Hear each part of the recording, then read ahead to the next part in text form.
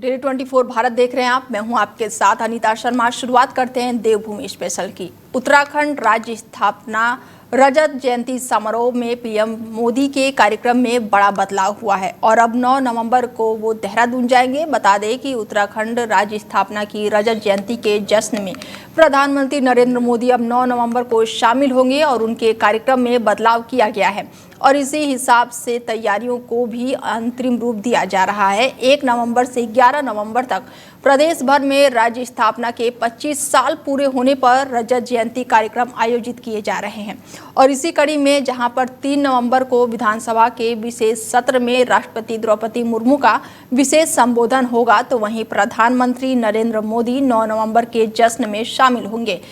पहले प्रधानमंत्री नरेंद्र मोदी का 11 नवंबर को आने का कार्यक्रम था, जो कि अब संशोधित किया गया है और अब प्रधानमंत्री नरेंद्र मोदी 9 नवंबर को पहुंचेंगे। राज्य स्थापना दिवस के मौके पर प्रधानमंत्री नरेंद्र मोदी के उत्तराखंड पहुंचने की चर्चाएं जोरों पर है और ऐसे में माना जा रहा है कि इस दौरान प्रधानमंत्री उत्तराखंड के 5वें धाम के रूप में बनाए गए सैन्य धाम का उद्घाटन भी कर सकते हैं, लेकिन सैन्य धाम के उद्घाटन से पहले ही इसे लेकर विवादों के सुर तेज हो गए हैं।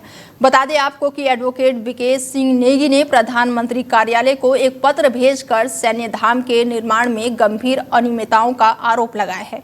विकेश नेगी ने पत्र में लिखा है कि देहरादून में नवनिर्मित सैन्य धाम का निर्माण भ्रष्टाचार के साए में किया गया है। कार्यदायी संस्था और विभागों ने प्रधानमंत्री कार्यालय को अंधेरे में रखकर नियमों को ताक पर रखते हुए इसे निर्माण किया है और उन्होंने कहा है कि प्रधानमंत्री कार्यालय को इस परियोजना की वास्तविक स्थिति से गुमराह किया गया है। एडवोकेट नेगी ने अपने पत्र के साथ कई दस्तावेज भी जोड़े हैं, जिसमें परियोजनाओं से जुड़ी डीपीआर है और साथ ही कई जगहों की भूमि और साथ ही संबंधित विवरण भी शामिल है। इसके साथ ही उन्होंने कहा है कि सैन्य धाम जिसे भूमि पर बनाया गया है वो वन विभाग का है, जिसे नियमानुसार स्थानांतरित नहीं किया जा सकता है। उन्होंने इसी विषय पर राष्ट्रपति को भी एक अलग पत्र भेजा है। बता दें कि सैन्य धाम को लेकर अब नया विवाद शुरू हो गया है, जिसके बाद से एडवोकेट ने प्रधानमंत्री मोदी से उद्घाटन न करने की बड़ी अपील की है। इसके साथ ही कई तरह के आरोप भी लगाए गए हैं। ये लड़ाई जैसे हर मुद्दों की लड़ाई हम आगे लेके जाते हैं, वैसे इसको भी लेके जाएंगे। मेरा तो पूर्व सैनिकों से भी निवेदन था कि इस मामले को उठाया जाए, पर लेकिन जब किसी ने वो नहीं करा तो अब इस मामले को लेके मैं स्वयं ही अब हाई कोर्ट की शरण में जाऊंगा कि ये सुप्रीम कोर्ट के ऑर्डर का भी कंप्लाइन नहीं हो रहा है यहाँ पर कि जंगल झाड़ी, और क्योंकि जब हम अपने जल जंगल जमीनों को नहीं बचा सकते तो फिर हम करेंगे क्या। और वहां पर आप देख लीजिए प्लॉटिंग हो गई है, वो सारा कुछ खेल खेला जा रहा है, वो सब इसी कारण किया है। अब तक किस किस क्या कुछ कार्रवाई आपने की, मुद्दा उठा क्या? देखिए, मैंने जब से मुद्दा आया पहले तो मैंने हर डिपार्टमेंट हर उसको कंप्लेन करी, वो नहीं हुआ। फिर इसके बाद मैंने जमीन के मामले में भी डीएम और मुख्य सचिव को भी कंप्लेन करी, फिर भी कुछ नहीं हुआ। तो अब लिहाजा मुझे इसके लिए, जैसे मैं चाय बागान के लिए गया जिसमें स्टे वगैरह सब हुआ और उसमें भी सुप्रीम कोर्ट का ही ऑर्डर था और उसमें एक्ट में भी लिखा हुआ था, इसी प्रकार इसमें एक्ट में भी लिखा हुआ है और सुप्रीम कोर्ट ने भी खुद कह दिया है। तो इसलिए अब मुझे लिहाजा कोर्ट माननीय उच्च न्यायालय की शरण में जाना पड़ेगा। ये बता दें कि सैन्य धाम को लेकर अब नया विवाद खड़ा हो गया है। प्रधानमंत्री नरेंद्र मोदी से उद्घाटन न करने की अपील की गई है और बता दें आपको कि राष्ट्रपति को भी इस बारे में पत्र लिखा गया है। हालांकि सैन्य धाम की भूमि को भी यहां पर वन विभाग की भूमि बताया जा रहा है, जिसको लेकर अब उत्तराखंड में राजनीति भी तेज हो गई है। तो वहीं सैन्य धाम को लेकर अब नया विवाद भी खड़ा हो गया है और इसके साथ ही इस खबर पर ज़्यादा जानकारी के साथ एडवोकेट विकेश नेगी जी हमसे जुड़ चुके हैं। सर, बहुत स्वागत है आपका हमारे चैनल में। नमस्कार, धन्यवाद। सर, सबसे पहले तो सवाल मेरा यही होगा आपसे कि आपने सैन्य धाम का उद्घाटन के लिए प्रधानमंत्री मोदी से अपील की है कि वो उद्घाटन ना करें, ऐसा क्यों? देखिए, पूरा मैटर ही ये भ्रष्टाचार पे और जो इसकी नींव रखी गई है पूरा भ्रष्टाचार पे ही रखी गई है। चाहे इसमें कंस्ट्रक्शन से लेके ले लीजिए, चाहे इसमें लैंड का ट्रांसफर कर ले लीजिए, पूरा का पूरा मामला भ्रष्टाचार से है। मैं इसकी शिकायत 2024 से लगातार करते हुए आ रहा हूँ और जो इसमें प्रोजेक्ट मैनेजर रविंदर कुमार, उसके द्वारा जो अनियमितताएं और जो सारा कुछ करा गया है वो सब मैं पहले से बताते हुए एडवांस पेमेंट 35 करोड़ की दे दी गई है। दूसरा 49 करोड़ का प्रोजेक्ट जिसकी डीपीआर शासन से स्वीकृत होकर बजट बना है, उस पे फिर 50 करोड़ का, मतलब 100 करोड़ आपने और लगा दिए, टोटल प्रोजेक्ट 99 करोड़ का बना दिया। तो इसका मतलब पहली डीपीआर गलत बनी हुई थी, सबसे बड़ा सवाल। फिर जंगल की जमीन आपने ट्रांसफर कर दी सैन्य विभाग को, जो किसी भी सुप्रीम कोर्ट ने तक कह दिया कि वो ट्रांसफर हो ही नहीं सकती। तो इसमें शुरू से लेकर आल जाल है, यहाँ तक कि बंजर जमीन से खाते प्राइवेट लोगों को काटे और उनको मुआवजा दे दिया उसमें से। तो सर आप किस तरह की कार्रवाई चाहते हैं इस पर? देखिए, चाहना पूरे का पूरी लैंड ट्रांसफर फॉरेस्ट को होगी, और जो कंस्ट्रक्शन में जिसने अनियमितताएं करी हैं, जिसने इतना बड़ा गमन करा है, वो ठेकेदार आधा काम छोड़ के चला गया। रविंद्र कुमार, इन सब की इंक्वायरियां हो, सारा इसको मैटर को, क्योंकि इसमें केंद्र का पैसा लगा है, इसके लिए इसकी केंद्र से जांच हो, और इसकी जो कंस्ट्रक्शन इसमें जो कराया गया है उसकी CBWD से जांच हो, और जो अनियमितताएं और जो पैसों का गमन हुआ है उसकी CBI जांच हो। और लैंड, क्योंकि अगर सरकार को मैं 2024 से लिखते हुए आ रहा हूँ कि इसमें सारी ये गड़बड़ियां आ रही है, अगर नहीं होगा, अगर इन्होंने नहीं उसने करा, तो हम इसके लिए हाईकोर्ट PIL फाइल करेंगे। सर आपका तो ये भी कहना है कि सैन्य धाम की जो भूमि है वो वन विभाग की है? तो मैं तो कह ही रहा हूँ, अभी भी कह रहा हूँ मैं। सर इसका दस्तावेज है आपके पास? मैडम पूरा दस्तावेज, और सर आपने इतने सारे जो भ्रष्टाचार के आरोप भी लगाए हैं, तो इसके भी आपके पास दस्तावेज है? पूरे बिल है हमारे पास, जिसमें साफ लिखा है एडवांस पेमेंट है, साफ लिखते हुए आए हैं। और जो DPR जो 49 की बनी है और जो उसके बाद 50 करोड़ और बनाए हैं, सबके डॉक्यूमेंट्स हमारे पास है। मैं 2024 से ये देते हुए आया हूँ, और जब मैंने ये मामला खोला था तब मेरे ऊपर गुंडा एक्ट लग गया था। तो सर उत्तराखंड में तो कानून व्यवस्था भी बहुत सही है, पर कार्रवाई नहीं हो रही है, तो बहुत बड़ा सवाल है। मैडम ये मैं नहीं कह रहा हूँ, ये पूरा जग जानता है कि मेरे ऊपर क्यों कार्रवाई हो रही। नहीं, आपके ऊपर ये तो पर्सनली हो जाएगा आपके ऊपर, क्योंकि सैन्य धाम है ये। अगर मैं बात सैन्य धाम का जब मामला हमने खोला था, हमने जब खोला था उसके बाद ये हुआ। दूसरी चीज, इसमें जो खतौनियां फॉरेस्ट की हैं, जंगल झाड़ी की खतौनियां हैं, जंगल झाड़ी की जब खतौनियां है, वो सुप्रीम कोर्ट ने आप TN गोवर्धन वाली जो रूलिंग है उसमें साफ लिख दिया उन्होंने कि ये बंजर नाले खाले नाप भूमि सब के सब फॉरेस्ट की हैं, और revenue department should transfer all the land to the forest. आपने राष्ट्रपति को भी पत्र भेजा है? मैंने सबको लिखा हुआ है मैम, सबको लिखा हुआ है। सर क्या आग्रह किया है राष्ट्रपति से? हालांकि आप प्रधानमंत्री मोदी से भी लगातार अपील कर रहे हैं, तो आपने राष्ट्रपति से भी आग्रह किया है कि मैम ये पूरा का पूरा मामला भ्रष्टाचार पे लीन है, कि जो प्रधानमंत्री जी से हम यही निवेदन है कि ये भ्रष्टाचार पे पूरा का पूरा मामला है, और इसका उद्घाटन आपके द्वारा ना किया जाए, क्योंकि आप हमेशा भ्रष्टाचार के अगेंस्ट काम के विरोध में रहते हैं कि आप भ्रष्टाचार ना हो, ये आपका हमेशा उद्देश्य रहता है। सवाल मेरा आपसे बस यही होगा कि किस तरीके की मांग है आपकी, और क्या चाहते हैं इस पर किस तरीके से कार्रवाई हो? मैडम, जिन्होंने ये सारा गड़बड़ किया उनके खिलाफ एक्शन हो। अगर सरकार इसमें कार्रवाई नहीं करती है तो हम लिहाजा हमें कोर्ट की शरण पे जाना पड़ेगा। तो आप कोर्ट का दरवाजा खटखटाएंगे? चलिए, बहुत बहुत धन्यवाद हमसे जुड़ने के लिए। जी। मुख्यमंत्री पुष्कर सिंह धामी ने लौह पुरुष सरदार वल्लभ भाई पटेल जी की जयंती के अवसर पर घंटाघर में उनकी मूर्ति पर श्रद्धा सुमन अर्पित करते हुए उन्हें श्रद्धांजलि दी और एकता पदयात्रा का शुभारंभ कर उसमें प्रतिभाग भी किया। इस अवसर पर उन्होंने स्वदेशी अपनाने और नशा मुक्त उत्तराखंड की शपथ भी दिलाई। मुख्यमंत्री ने भारत के लौह पुरुष भारत रत्न सरदार वल्लभ भाई पटेल को नमन करते हुए कहा कि उनके अदम्य साहस, दूरदर्शिता और राष्ट्रीय समर्पण की भाव के कारण ही आज भारत एक सशक्त और एकीकृत राष्ट्र के रूप में खड़ा है। मुख्यमंत्री ने कहा कि सरदार पटेल का संपूर्ण जीवन देश की एकता और अखंडता को समर्पित था। उन्होंने 560 से अधिक रिहायशों को एक सूत्र में पिरोकर अखंड भारत का निर्माण किया और ऐसे महापुरुष को योगदान को नमन करते हुए प्रधानमंत्री नरेंद्र मोदी ने साल 2014 से उनकी जयंती के राष्ट्रीय एकता दिवस के रूप में मनाने का निर्णय लिया, जो कि उनके प्रति सच्ची श्रद्धांजलि है। उन्होंने कहा कि राज्य भर में 16 नवंबर तक प्रत्येक जिले में 3 स्थानों पर ये कार्यक्रम आयोजित किए जाएंगे और प्रत्येक आयोजन स्थल पर 8 से 10 किलोमीटर की पदयात्रा के साथ नशा मुक्त भारत, एक पेड़ मां के नाम और साथ ही आत्मनिर्भर भारत जैसे जन जागरूक अभियानों के साथ समाज को जोड़ा जाएगा। देहरादून में आंगनबाड़ी कार्यकर्तियों ने मानदेय बढ़ाने और स्थानांतरण की मांग को लेकर जोरदार प्रदर्शन किया है। सैकड़ों की संख्या में कार्यत्रियों सचिवालय की ओर कूच करती निकली, लेकिन पुलिस ने उन्हें सचिवालय से पहले ही रोक दिया और इस दौरान कार्यत्रियों ने सरकार के खिलाफ जमकर नारेबाजी करते हुए अपनी मांगों पर अडिग रही। प्रदर्शनकारियों का कहना है कि जब तक मानदेय में बढ़ोतरी नहीं की जाएगी, उनका आंदोलन लगातार जारी रहेगा। बता दें कि खबर देहरादून से है, जहां पर आंगनबाड़ी कार्यकर्ताओं ने जोरदार प्रदर्शन किया है और मानदेय बढ़ाने की मांग को लेकर ये प्रदर्शन देखने को मिल रहा है।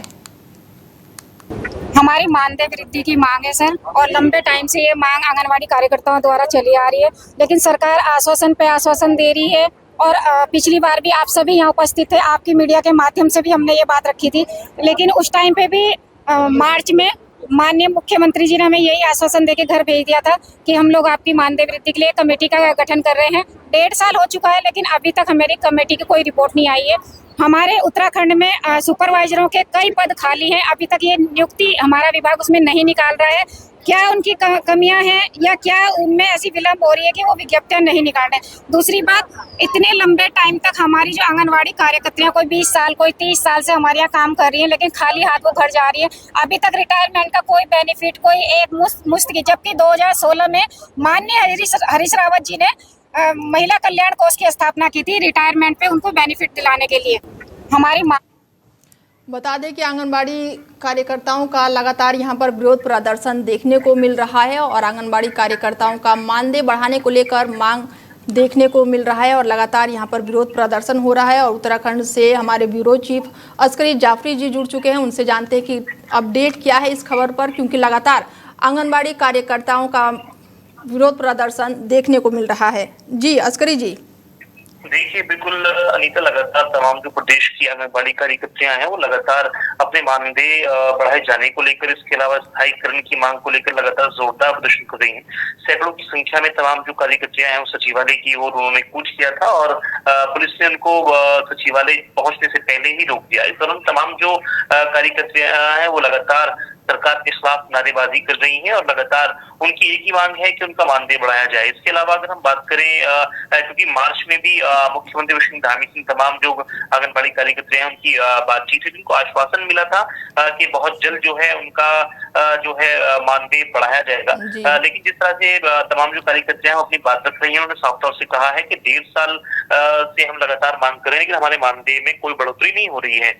इसके अलावा तमाम जो सुपरवाइजर्स हैं उनकी पोस्ट भी खाली है, उसका भी जो है उनको भी नहीं भरा जा रहा है सरकार की तरफ से। तो इस तरह की जो मांगे हैं वो लगातार कार्यकर्तियां कर रही हैं, क्योंकि सैकड़ों की तादाद में कार्यकर्तियां आई थी और लगातार जो सरकार है, राज्य सरकार, उनके खिलाफ उनका आक्रोश भी देखा जा रहा है। बिल्कुल सर, ये लगातार यहाँ पर विरोध प्रदर्शन, हालांकि आपने अभी कहा कि आश्वासन भी दिया जा रहा है और कितने पोस्ट भी खाली हैं जो भर्तियां नहीं ली जा रही है, पर ऐसा क्यों हो रहा है? प्रदेश में धामी सरकार है, उसके बाद भी ये सारी चीजें चल रही हैं। देखिए अनीता, क्योंकि लगातार जिस तरह से अगर हम बात करें, मुख्यमंत्री विष्णु धामी भरसक प्रयास इसके लिए कर रहे हैं और लगातार जिस तरह से सुपरवाइजर्स की पोस्ट खाली है, जाहिर है अगर कोई जो स्थान है वो खाली, तो उनको भरा जाना भी बहुत जरूरी होता है, अहम होता है। लेकिन अब जिस तरह से उसका एक पूरा सिस्टम होता है, विज्ञप्तियां निकलती हैं और तमाम चीजें होती हैं, लेकिन अभी कह सकते हैं कि इसकी भी शुरुआत भी नहीं हुई है। 1.5 साल से लगातार तमाम जो आंगनबाड़ी कार्यकर्ता हैं वो लगातार इसको लेकर मांग उठा रही हैं और लगातार बैक टू बैक जो शासन के अधिकारी हैं उनसे भी मिल रही हैं, लगातार विरोध प्रदर्शन भी चल रहा है। और अब जिस तरह से बड़ी संख्या में प्रदेश भर से जुटी हैं कार्यकर्तियां आंगनबाड़ी, तो उनकी अहम मांग है उनके मानदेय में वृद्धि की जाए। इसके अलावा तमाम जो इस तरह की पोस्ट खाली हैं, जहां जहां भी अस्पताल हैं, जहां भी रिक्तियां हैं, उनको भरा जाए। इस तरह की मांगों को लेकर लगातार आंगनबाड़ी जो से इनकी मांग रहती है, क्योंकि आप समझ सकते हैं महंगाई बहुत ज्यादा है और इनका मानदेय उसके मुकाबले बहुत कम है। तो ऐसे में मानदेय में बढ़ोतरी होगी तो जाहिर है उनका जो सर्वाइवल है उसमें बहुत आसानी हो जाएगी, उनका जो रोजमर्रा की चीजें हैं वो आसान हो जाएगी। तो कहीं ना कहीं कहा जा सकता है कि लगातार जो आंगनबाड़ी कार्यकर्ता हैं अपनी मांगों को लेकर लगातार सरकार के समक्ष अपनी मांगों को रख रही है। चलिए, तमाम जानकारी के लिए बहुत बहुत शुक्रिया। पहाड़ों की रानी मसूरी में राष्ट्रीय इलेक्ट्रॉनिक एवं सूचना प्रौद्योगिकी संस्था द्वारा आयोजित 2 दिवसीय UPWCon 2025 का शुभारंभ प्रदेश के कृषि एवं ग्राम विकास मंत्री गणेश जोशी ने दीप प्रज्वलित करके किया। और ये सम्मेलन देश का पहला अंतर्राष्ट्रीय महिला इंजीनियरिंग सम्मेलन है, जिसका उद्देश्य विज्ञान, तकनीकी और नवाचार के क्षेत्र में महिलाओं की भागीदारी को सशक्त बनाना है। उद्घाटन समारोह में कैबिनेट मंत्री गणेश जोशी ने कहा कि यह सम्मेलन केवल एक आयोजन नहीं बल्कि नई सोच और नई दिशा का प्रतीक है, जो भारत की नारी शक्ति को विज्ञान और तकनीक के माध्यम से सशक्त बना रहा है। उन्होंने प्रधानमंत्री नरेंद्र मोदी के बेटी बचाओ बेटी पढ़ाओ और नारी शक्ति के नई दिशा देने का विजन का उल्लेख करते हुए कहा कि इसी सोच के तहत डिजिटल इंडिया मिशन और स्किल डेवलपमेंट प्रोग्राम को गांव-गांव तक पहुंचाया जा रहा है।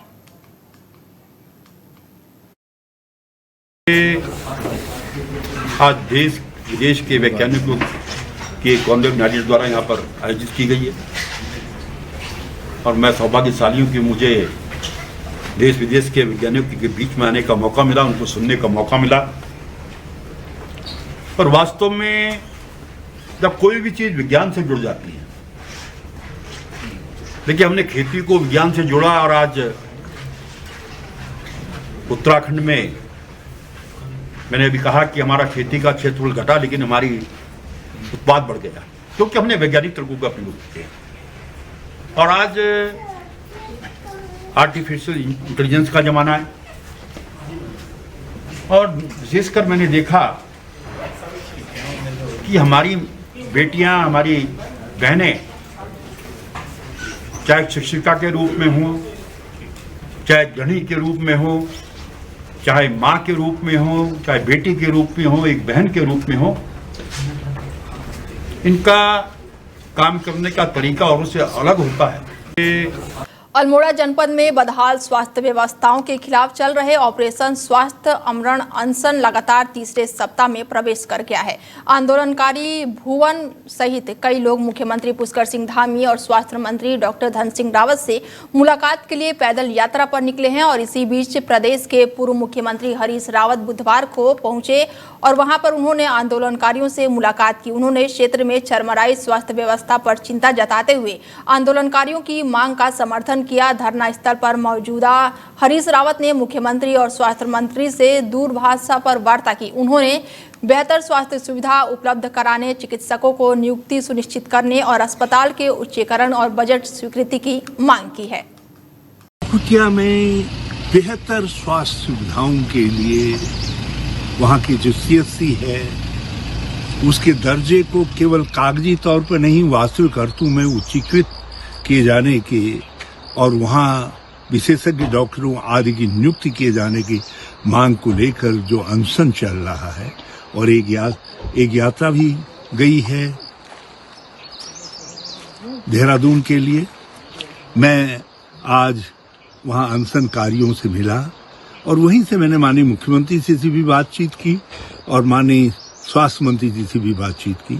स्वास्थ्य मंत्री जी से तो मैंने आग्रह किया कि उन्होंने जो उप जिला चिकित्सालय खोला है उसकी वित्तीय स्वीकृति भी भेज दे 2-4 लाख की टोकन मनी के साथ ही सही।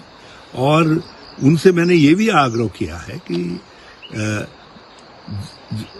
आंदोलनकारियों की बात करवा दे मुख्यमंत्री के लेवल पर और स्तर पर यह तय हो जाए कि क्या हो सकता है और कितने समय पीरियड के अंदर हो सकता है। कुटिया में सीतारगंज से बड़ी खबर सामने आ रही है। राजकीय महाविद्यालय के कॉलेज प्रबंधक से नाराज अपनी मांगों को लेकर छात्रा राजविंद्र कौर पेट्रोल लेकर कॉलेज की बिल्डिंग पर चढ़ गई। छात्रों के बिल्डिंग पर चढ़ने की खबर से कॉलेज प्रशासन में पूरी तरह से हड़कंप मच गया। सूचना पर पहुंची पुलिस ने छात्र राजविंद्र कौर को समझाने का प्रयास किया, लेकिन छात्र नीचे नहीं उतरी। उसके बाद पुलिस कॉलेज बिल्डिंग के ऊपर गई, लेकिन छात्रा मानने को बिल्कुल तैयार नहीं हुई, जिसके बाद से महिला पुलिस द्वारा सावधानी पूर्वक छात्रा को जबरन पकड़कर नीचे उतारा गया। छात्रा राजविंद्र कौर रोते हुए कॉलेज बिल्डिंग से नीचे उतरी और इसके बाद से पुलिस प्रशासन द्वारा कॉलेज प्रधानाचार्य से नाराज छात्र की बात कराई गई। राजविंदर कौर ने बताया है कि हाईकोर्ट के आदेश के बाद से कॉलेज प्रशासन अध्यक्ष पद का चुनाव नहीं करा रहे हैं। कॉलेज प्रबंधन किसी भी तरह की बात करने को तैयार नहीं है। उन्होंने कहा कि मेरे साथ कोई भी घटना घटती है तो उसकी जिम्मेदारी कॉलेज प्रबंधन की होगी। मामला था, आप छत पे क्यों चढ़ी थी, क्या मांग है आपकी? मेरी यही मांग है कि हाई कोर्ट के द्वारा वहाँ से ऑर्डर आ गया है कि इसमें कार्रवाई की जाए। चुनाव के जिसे लेकर मेरा पर्चा खारिज किया गया है उसमें कहा गया था पर प्रिंसिपल मैम ना कार्रवाई कर रही है ना कुछ जाते हैं उनके पास और सीधे साफ मना कर देती कि ठीक है कर रही, पर कोई भी एक्शन नहीं ले रही है। इस कल गए उन्होंने साफ मना कर दिया कि मैं कर रही हूँ पर कोई भी जवाब नहीं दे रही। नोटिस कह रही तुम्हारे घर आएगा ऐसा कह रही, पर ऐसा कोई है नहीं। इसके द्वारा कि मैम हमारी बात सुनने को राजी नहीं हो रही है, तो मुझे यही एक्शन ले रहे कि मैम हमारे कल मैंने मैम से बोला था कि मैम क्या बोलते हैं आप जवाब दे, उन्होंने मुझे साफ मना कर दिया। मेरे पास कोई ऑप्शन नहीं है कि मैम मुझे कोई ना जवाब दे रही है ना मेरी सुन रही है, वो चाह पता नहीं क्या रही है। वो जानना चाह रही थी कि क्या प्रक्रिया चल रही है और हमारी प्रक्रिया चल रही है। हम विधिक राय ले रहे हैं। विधिक राय आने के बाद हम इनकी सुनवाई का काम शुरू किया जाएगा और इनको विधिक राय वाला जो हम लेटर देंगे वो भी हम इनको बताएं कि हम विधिक राय ले रहे हैं, दोनों पक्ष को बताएं। क्या मांग थी छात्रा की? छात्र संघ चुनाव को लेकर कोई मांग थी? मामला था, आप छत पे विश्व धरोहर फूलों की घाटी आज से पर्यटकों के लिए बंद हो गई है। पिछले साल की तुलना में इस साल पर्यटकों की संख्या कम रही। विश्व धरोहर फूलों की घाटी पिछले दिनों काफी फूलों से लदी रही। विभिन्न प्रजातियों के फूलों के लिए प्रसिद्ध इस घाटी में पर्यटक भी बर्फ का आनंद लेने के लिए पहुंचे थे। वर्षाकाल की चुनौतियों के चलते इस साल पिछले साल की अपेक्षा काफी कम पर्यटक घाटी के दीदार को पहुंचे, लेकिन इसमें विदेशी पर्यटकों की संख्या पिछले साल से काफी अधिक रही। फूलों की घाटी जाने के लिए पर्यटकों को बद्रीनाथ राष्ट्रीय राजमार्ग पर जोशीमठ से आगे गोविंद घाट से 14 किलोमीटर का सफर पैदल तय करके यहां पर पहुंचना होता है। फिलहाल बुलेटिन में मेरे साथ इतना ही। दीजिए इजाजत। नमस्कार।